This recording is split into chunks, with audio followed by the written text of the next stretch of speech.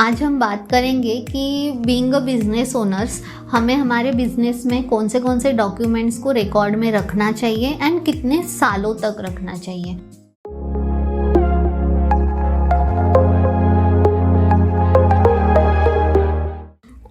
अभी रूल क्या बोलता है, जैसे कि ऑडिट, अगर आप भले ही ऑडिट केस में हो या नहीं भी हो तो भी रूल क्या बोलता है कि आपके कोई भी डॉक्यूमेंट्स हो आपको मिनिमम 8 इयर्स तक उसको आपके रिकॉर्ड में रखना ज़रूरी होता है। सो कोशिश कीजिए कि 8 से 10 साल के पिछले जो भी रिकॉर्ड्स रहेंगे वो आपके पास में रहे।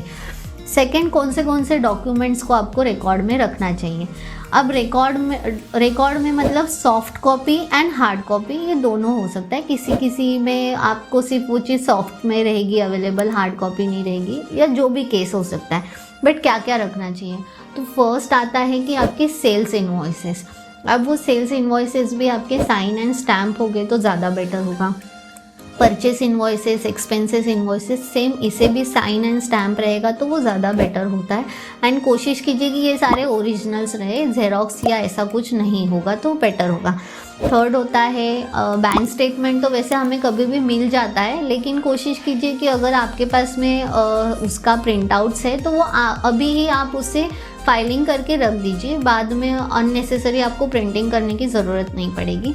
देन होते हैं कि आपके business related all certificates and licences, जितने भी आपके पास में लाइसेंस है, सर्टिफिकेट्स है, इनकॉर्पोरेशन सर्टिफिकेट होते हैं, गुमास्ता है, उद्यम है, ट्रेडमार्क का सर्टिफिकेट है, FSSAI के सर्टिफिकेट्स है, या कोई इन्वायरमेंट का लाइसेंस है, जो भी आपके पास में है वो सारे के सारे आपके पास रिकॉर्ड में, ये तो आपको लाइफ टाइम तक रखने, जब तक आपका बिजनेस है वो आपके पास होना चाहिए।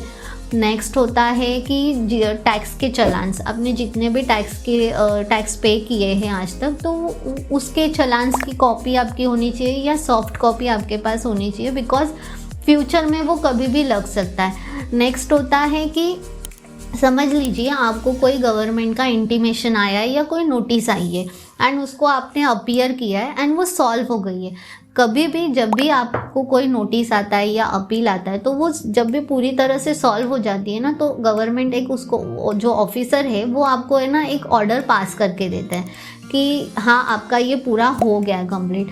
तो वो जो एक्नॉलेजमेंट होती है ना वो भी आपके पास में होना ज़रूरी है।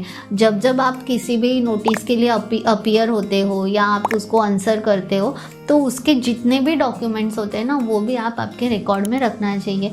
बहुत रेयर केस में ऐसा होता है कि आपको एक नोटिस आई थी, उसको आपने रिजॉल्व किया एंड फिर से वही नोटिस को रीओपन किया गया है, तो उस टाइम पे आपको ये वाले डॉक्यूमेंट्स उनकी हेल्प हो सकती है। तो इसीलिए ये सारे डॉक्यूमेंट्स को आप आपके रिकॉर्ड में रखिए मिनिमम 8 से 10 साल के लिए। उसके बाद भले ही आप उसको डिस्ट्रॉय कर सकते हो, लेकिन इतने सालों का तो डेटा आपके पास में होना ज़रूरी है।